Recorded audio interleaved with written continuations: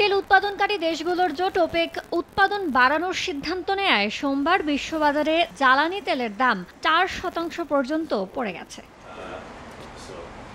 Trading ইকোনমিক্সের তথ্য, এদিন সকালে ব্রেন্ট ক্রুডের দাম ব্যারেল প্রতি 3.71% কমে $59 নেমে গেছে। আর মার্কিন ওয়েস্ট টেক্সাস ইন্টারমিডিয়েট অপরিশোধিত তেলের দাম ব্যারেল প্রতি 4% কমে নেমেছে $55.94।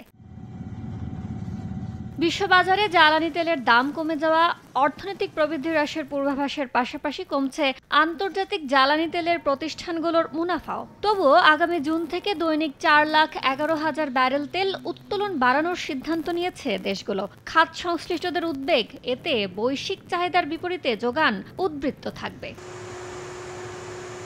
মূলত ওপেক প্লাসের অঘোষিত নেতা সৌদি আরব স্পষ্ট ইঙ্গিত দিয়েছে যে তারা আর একা তেলের উৎপাদন সীমিত রাখতে রাজি নয়, বিশেষ করে যখন কাজাখস্তান ও ইরাকের মতো সদস্যরা নির্ধারিত উৎপাদন সীমা মানছে না।